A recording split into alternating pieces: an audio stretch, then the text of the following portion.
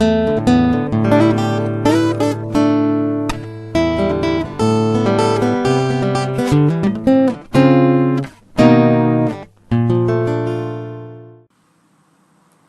dia, seja bem-vindo ao Olhar do Lince. No painel são Pedro Cabrita e Pedro Filipe, prontos para analisar os destaques da semana. Neste programa viajamos até a Itália para tentar perceber porque é que meia Europa está preocupada com o que lá se passa. Mas primeiro lancemos um olhar sobre o que se passou no sábado em terras lusitanas. De norte a sul do país, milhares de portuguesas e portugueses saíram à rua, manifestantes contra as políticas de austeridade e gritando pela demissão do governo.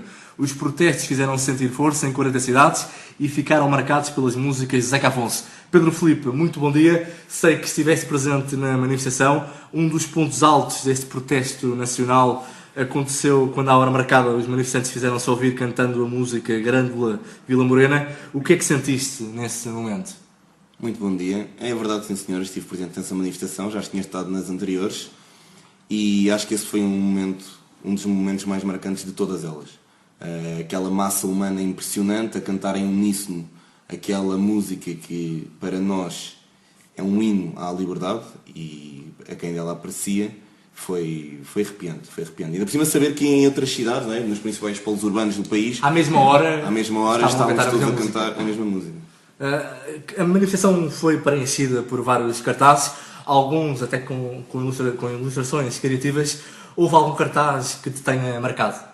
Sim, houve um ao qual achei uma particular graça, que dizia: consigo tolerar cavalo na lasanha, não consigo tolerar burros no governo. Achei que estava particularmente perspicaz. Pedro Cabrita, muito bom dia. Consideras que no sábado assistimos à maior manifestação da democracia portuguesa dos últimos 40 anos? Sim, se não foi a maior, foi uma das maiores, mas eu acho que aqui a principal análise é as outras manifestações tinham como contra, ou era contra uma medida concreta ou várias medidas concretas do governo. Esta não tinha nenhuma medida em concreto, portanto é uma espécie de manifestação para o governo se ir embora, totalmente para o governo se ir embora. E na outra o governo recuou, não é? Já não tomou aquelas medidas que estavam em linha para serem tomadas. Desta vez, se o governo fizer a mesma coisa, então a medida geral, que é governar, o governo então teria que sair. Desta vez não houve nenhuma consequência, o governo não tirou nenhuma consequência desta manifestação. Portanto, já entramos no capítulo que estas manifestações, que têm, como vimos, e há números de parte a parte, mas cerca, em média, de pelo menos 1 milhão de pessoas, não é? Por todo o país. Já não vou aos números de 1,5 milhão, nem aos números de 500 mil ou de 600 mil da parte contrária, portanto já põe a média de 1 milhão. 1 milhão de pessoas é 10% da população portuguesa, não é? É bastante. E este governo não tirou ilações nenhumas. Por exemplo, o Ministro da Economia vem dizer que é perfeitamente normal este tipo de manifestações. Como se, lá está, não sei, se calhar lá no Canadá, de onde ele veio, se calhar haviam manifestações destas. Não sei, é uma coisa que fica por perguntar. Pedro Filipe, houve alguma diferença entre esta manifestação e a manifestação de 15 de setembro? Sim, houve. Eu achei que esta, e estando lá tivesse a percepção clara, era uma manifestação muito mais politizada. Por trás do movimento que se lixa a Troika, queremos as nossas vidas, que começou por ser um movimento de cidadãos, e ainda o é, não ponho isso em causa, via-se que de facto certas forças partidárias estavam lá em força e a coordenar a manifestação. Não, estou a falar desta. A coordenar e a liderar a manifestação, embora não se fizessem mostrar, via-se que elas lá estavam.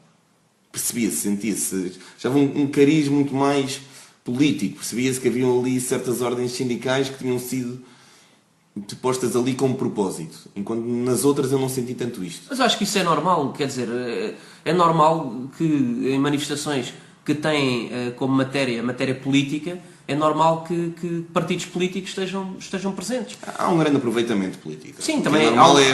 Os partidos políticos começaram a ver que de facto havia muita adesão popular a estas iniciativas. Inclusive até houve um problema com uma dirigente do Partido Socialista que, se não foi agredida, foi quase expulsa da manifestação, digamos assim, afastada da manifestação. É assim, isto é simbólico, mas o que é que eu queria retirar daqui? Queria retirar que esta manifestação é contra o governo, mas também é contra a oposição. Eu acho que é contra os partidos, é contra toda a classe política e é contra este sistema. Daí pensar que provavelmente as pessoas poderiam ir ao encontro, por exemplo, de um partido antissistema, como já vamos falar relativamente à Itália. Eu acho que há uma manifestação geral de descontentamento com a política no seu geral, e não em concreto neste governo ou naquele. Portanto, há um problema geral com a política. O povo português está zangado com a política. Eu concordo com a tua conclusão geral, a conclusão que tu tiras. O povo português está de facto zangado com a política.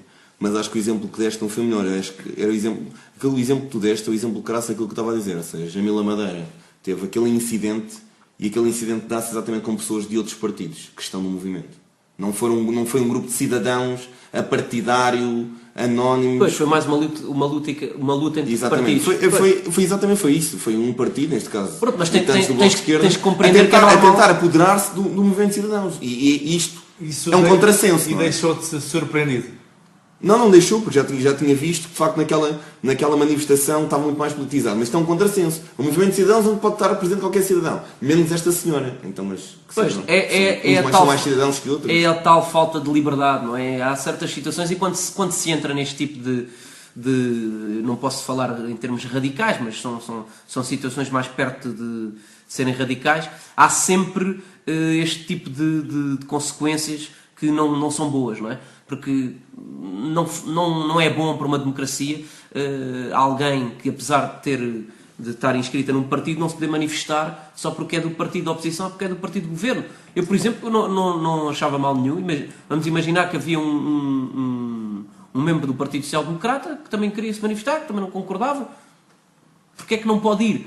E lá está, não pode ir porque já sabe que provavelmente lhe vai acontecer o mesmo que aconteceu à dirigente do Partido Socialista. Portanto, lá está, há uma certa falta de liberdade neste tipo de situações. Não é? Há muita liberdade por um lado, mas depois também há falta de liberdade em certas pessoas. Não podemos extrapolar por um caso, não podemos extrapolar vários. É um mal necessário.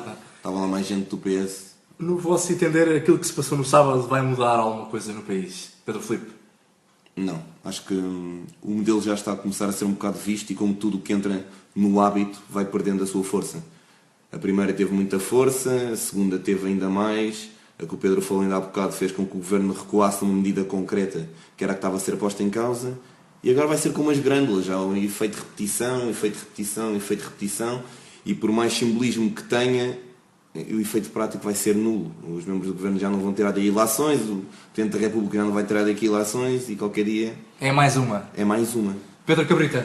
Bem, então nesse caso eu faço uma pergunta, neste caso a mim próprio e também a vocês, que é, então, se uma manifestação de 1 milhão de pessoas não faz nada porque já se torna repetitiva, então o que é preciso fazer, ou o que é que a população agora a seguir tem que fazer para mudar alguma coisa? Não é? Por exemplo, uma greve geral de uma semana? Uma greve geral indefinida? Uma greve geral, mas de quê? Também dos privados? Também, porque não? É uma solução, sim, provavelmente. Sim, é uma solução. Ou seja, o objetivo é inovar. E o aparecimento... O objetivo é como isto, é assim tudo na vida. Eu quero chamar a tua atenção e dou-te assim um toquezinho no ombro. E tu a primeira olhas, eu dou-te outro toque no ombro, que não mudaste. E tu já olhas menos. Eu dou-te outro toque no ombro. E tu já começas a olhar cada vez menos. Pois é. E quando não deixares de olhar, já não posso dar toques no ombro. Se calhar vou ter que dar uma chapada. E quando deixar de doer a chapada, se calhar tenho que dar um burro. Daí eu estar a falar por exemplo, do aparecimento destes partidos antissistema, que acho que provavelmente vai ser o futuro, não é? E tal como a Itália vão aparecer partidos que estão contra o sistema e contra todos os partidos políticos e a forma e a regra. Já temos o PCP. Sim, mas o PCP, lá está, o PCP já é muito antigo, não é? Não é propriamente um partido antissistema. Mas sempre teve contra todos. Mas estar contra é o PCP é quase, o próprio sistema do PCP já é quase anterior ao próprio sistema que nós já temos, portanto é uma coisa que não vale a pena. Bom, a Itália no rescaldo das eleições para o governo, a situação é de suspense, quer a nível político, quer a nível económico. Neste momento o cenário é de um país dividido e sem primeiro-ministro. Pedro Cabrita, a Itália é a terceira maior economia da zona euro. As principais bolsas europeias têm tremido devido ao quadro de ingovernabilidade em terras romanas. Que leitura é que fazes desta situação? A primeira leitura que faço é, obviamente, a terceira economia europeia, mas também é a primeira em parvoíce, não é? Porque é onde há imensas parvoíces como esta de um comediante, e não estou, obviamente, contra a questão de ser comediante ou da profissão de comediante, mas sim o simbolismo que ela representa. Portanto, ele não é um comediante que quer governar, não é um comediante que tenta entrar no sistema político. Ele é a pessoa comum que se rebela contra o sistema. Estás a falar de Beppe Grillo. Sim, exatamente. Portanto, é uma pessoa que por exemplo, não se, estando atento à campanha, ele não fez qualquer tipo de promessa ou de programa racional. Portanto, ele vem dizer parvoíces, como se eu agora me candidatasse também, com um movimento também assim com um nome um bocado 7 estrelas, 5 estrelas, no caso dele.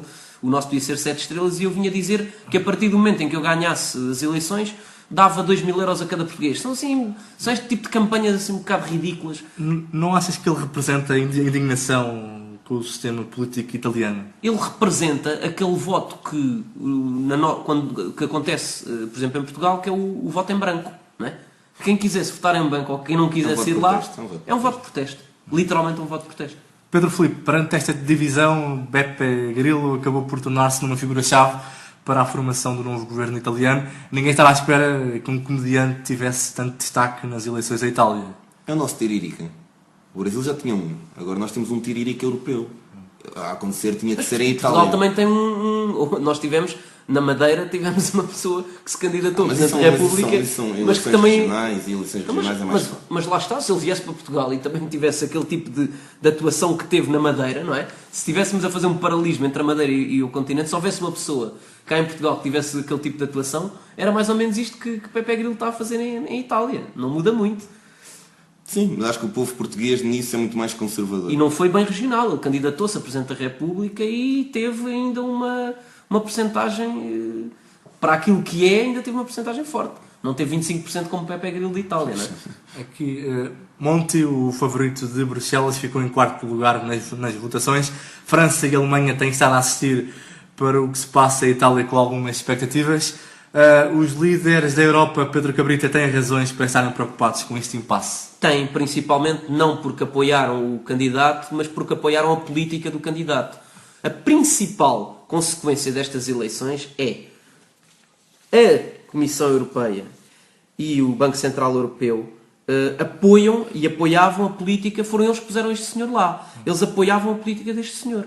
E este senhor vai a eleições, passado um ano de estar no governo, se não foi um ano, foi um bocadinho menos ou um bocadinho mais, e obtém 10%. Foi um castigo severo. Obviamente, isto é um castigo à política. Isto quer dizer que a Itália, a terceira economia da Europa, tal como disseste, portanto, a seguir à Alemanha e à França, é o terceiro país da Europa, em termos de poder, não concorda com este tipo de política. Se calhar é um exemplo, se calhar Portugal, Espanha, Grécia deviam tirar o exemplo italiano e fazer a mesma coisa. Pedro Filipe, queres acrescentar alguma coisa? Eu quero aqui citar o presidente alemão, que diz algo muito engraçado, que é: eu não acredito que em Itália ganharam 2 palhaços, o Beppe e o Berlusconi. E acho que esta é a visão que temos de ter um pouco disto tudo. Ou seja, acho que há aqui muito voto de protesto, mas acho que há aqui muito cansaço com as figuras políticas. Eu não vejo que o voto a Berlusconi seja um voto de protesto. Não, claro que não é essa parte que eu estou a falar. Isso para mim é ridículo. O voto de protesto é o voto de 5 estrelas. É ridículo e até devia levar... O voto levar... de Berlusconi é aquele voto de modo automático. Sou de direita, voto Berlusconi. É o partido de direita. Liga do Norte, Berlusconi. Há pessoas que por simplesmente fazem isto. Nas eleições votam independentemente do candidato. A direita dá-me isto, eu voto Berlusconi. O que Berlusconi teve é aquele voto automático. É em Itália que a direita está. Por acaso não tenho essa inspiração. Mas é claro. Eu acho que há mesmo, e já vi vários documentários sobre isso, há mesmo pessoas, muitas pessoas, que acreditam mesmo que Berlusconi é o pai da nação. Também e azar, que pode também levar azar. Mas há gente simplesmente, sendo de direita e sabendo que em Itália tem sempre aquela grande coligação à direita, não tem alternativa. E vota automaticamente. Mas isso acontece assim em todos os países. A pessoa identifica-se com uma matriz ideológica e vota independentemente do candidato. Há partidos que nunca vão passar certas cotas mínimas. A direita italiana teve a cota mínima. Depois a esquerda, para mim, é a principal derrotada, porque depois de Berlusconi, depois de Mario Monti, devia ganhar, como se estava à espera, com uma maioria absoluta, algo que fosse governável, e não, consegue perder para um candidato que surge do nada, que é o voto de protesto. A esquerda também não soube renovar. Sim, é verdade. Esse é o mal da esquerda italiana, não se soube renovar. Bom, meus amigos, Por hoje, o Olhar de Lince fica por aqui. Pedro Filipe e Pedro Cabrita, obrigado pela vossa presença. Quanto a si, caro ouvinte, muito obrigado pela sua companhia. Já sabe, a nossa porta está aberta. Escreva-nos para olhardelince.fm@gmail.com ou então visite a nossa página no Facebook. O programa Olhar de Lince tem a produção técnica de Paula Santos Silva e repete à quinta-feira às 19 horas. Continue ligado à sua rádio, a Rádio Costa Douro, e tenham um bom dia.